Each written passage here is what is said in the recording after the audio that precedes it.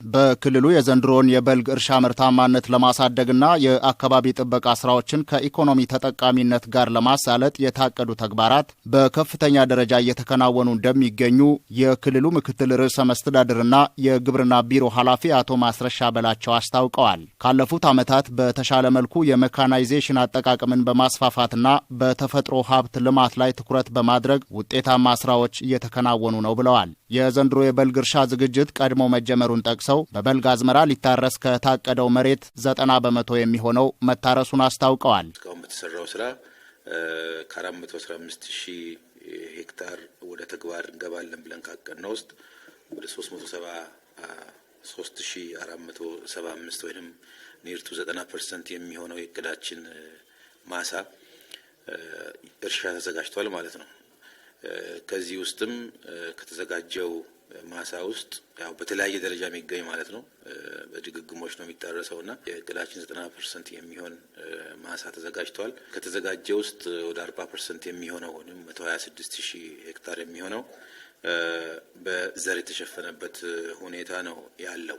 በተለይም በትራክተር የሚታረሰው መሬት መጠን ከዚህ ቀደም ከነበረበት ማደጉ ለስራው መፋጠን ትልቅ አስተዋጽኦ ማድረጉን ተናግረዋል። ወደ ማሳ ዝግጅት በምንገባበት ጊዜ ትንሽ ትኩረት አድርገን መስራት አለብን ብለን ያሰብነው ከሜካናይዜሽን ስራችን ጋር በተለይ አኳኋን እንምራ በሚል በሰጠነው ትኩረት ወደ 9% የሚሆነው ማሳ ወደ 33,547 ሄክታር የሚሆን ማሳ በትራክተር ታርሷል።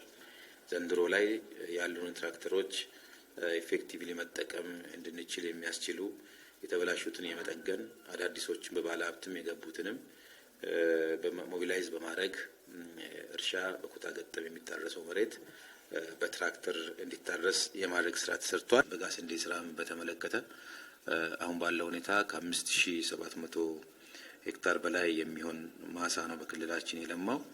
ከ2,000 ሄክታር በላይ የሚሆን 2,100 አካባቢ ሄክታር የሚሆን ማሳ ላይ ያለ ሰብል ተነስቷል።